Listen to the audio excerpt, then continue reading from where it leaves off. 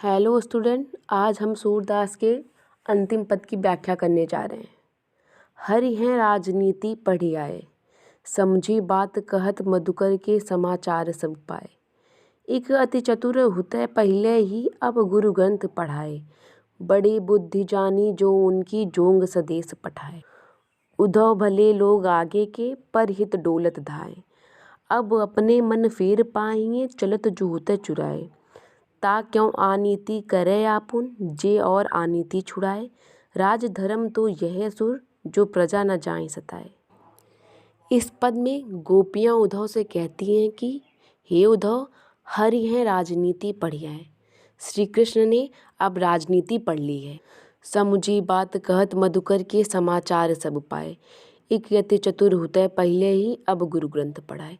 आगे की पंक्तियों में गोपियाँ उद्धव से कहती हैं कि हे उद्धव, कृष्ण तो पहले से ही बहुत चालाक थे, पर अब उन्होंने बड़े बड़े ग्रंथ पढ़ लिए हैं, जिसकी वजह से उनकी बुद्धि और भी ज़्यादा बढ़ गई है।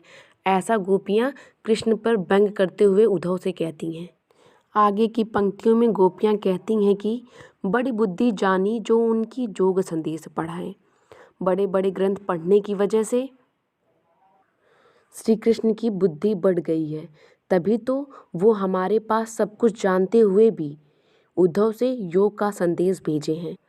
आगे की पंक्तियों में गोपियाँ कहती हैं कि उधय भले लोग आगे के पर हित डोलत धाए, अब अपने मन फेर पाहिए चलत जू होते चुराए। इन पंक्तियों में गोपियाँ कहती हैं कि उद्धव जी का इसमें कोई दोष नहीं है। ये भले लोग हैं जो दूसरों के कल्याण करने में आनंद का अनुभव करते हैं। गोपियाँ उद्धव से कहती हैं कि आप जाकर कहिएगा कि यहाँ से मथुरा जाते वक्त कृष्ण ने हमारा मन भी अपने साथ ले गए हैं, उसे वापस कर दें। आगे की पंक्तियों में गोपियाँ कहती हैं कि ते कै आनीति करे आपुन जे और आनीति छुड़ाए, राज धर्म तो यह सुर जो प्रजा न जाए सताए।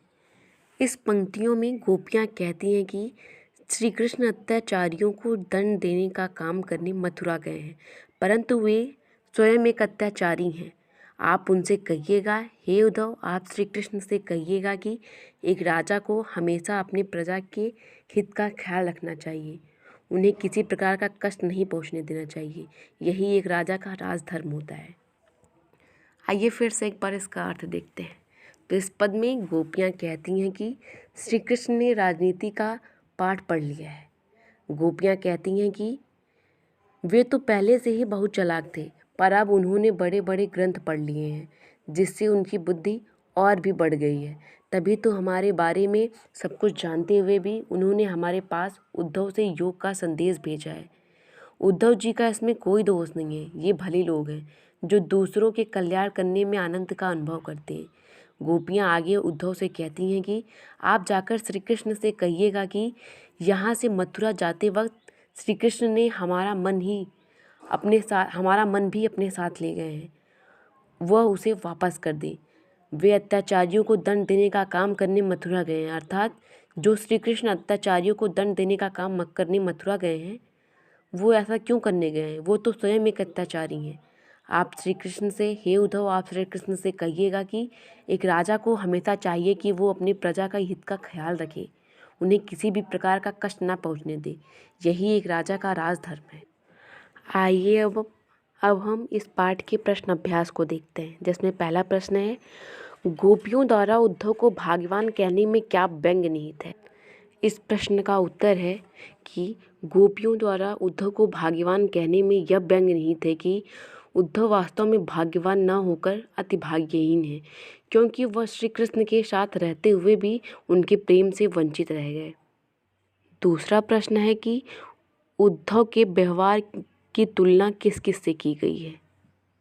जिसका उत्तर है, गोपियों ने उद्धव के व्यवहार की तुलना कमल के पत्ते से और जल के मध्य रखे तेल के मटके से की है। अगला प्रश्न है कि गोपियों ने किन किन उदाहरणों के माध्यम से उद्धव को उलाहने दिए हैं? जिसका उत्तर है, गोपियों ने कमल के पत्ते, तेल की मटकी और प्रेम की नदी के उदाहरणों के माध्यम से उद्धव को उलाहने दिए हैं। गोपियों का कहना है कि वे कृष्ण के साथ रहते हुए भी प्रेम रूप नदी में उतरे ही नहीं, अर्थात साक्षात प्रेम स्वरूप श्री कृष्ण के पास रहकर भी वे उनके प्रेम को प्राप्त नहीं कर सके।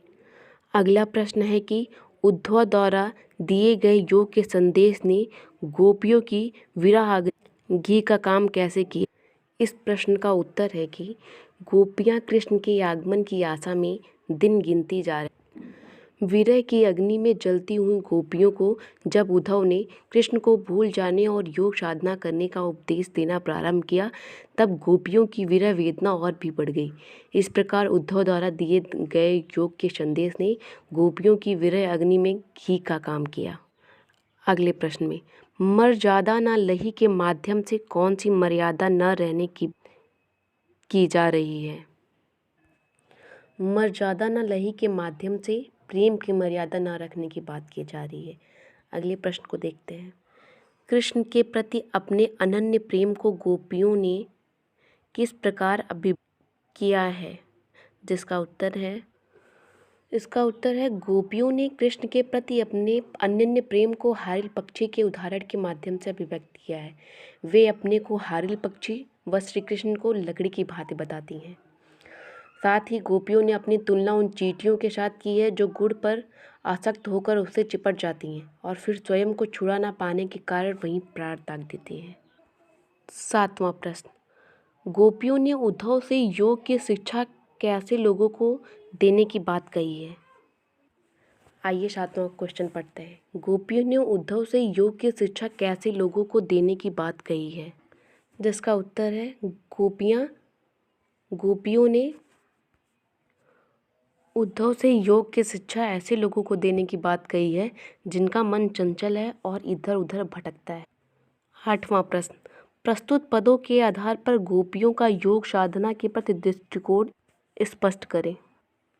प्रस्तुत पदों में योग साधना के ज्ञान को निरर्थक बताया गया है। यह ज्ञान गोपियों के अनुसार अव्यावहारिक और अनुपयुक्त है।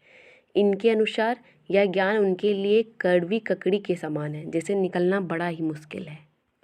9वें प्रश्न में गोपियों के अनुसार राजा का धर्म क्या होना चाहिए। उत्तर, गोपियों के अनुसार राजा का धर्म उनकी प्रजा की हर तरह से रक्षा करना और नीति से राजधर्म का पालन करना होता है। एक राजा तभी अच्छा कहलाता है जब वह अनीति के साथ ना देकर नीति का साथ देता है। अगला प्रश्न, गोपियों को कृष्ण में ऐसे कौन सा परिवर्तन दिखाई दिए जिनके कारण वे अपना मन वापस लेने की बात कहती हैं। उत्तर, गोपियों को लगता है कि कृष्ण ने अब राजनीति सीख ली है। उनकी बुद्धि पहले से भी अधिक चतुर हो गई है। पहले वे प्रेम का बदला प्रेम से चुकाते थे, परंतु अब प्रेम की मर्यादा भूलकर योग का संदेश देने लगे हैं। इन्हीं सब परिवर्तनों की वजह से गोपियाँ अपना मन कृष्ण से वापस लेना चाहती हैं। तो ये हो गया इस पाठ का प्रश्नोत्तर। इस पाठ का उत्तर मैं डिस्क्रिप्शन बॉक्स में डाल दूँगी। Thank you.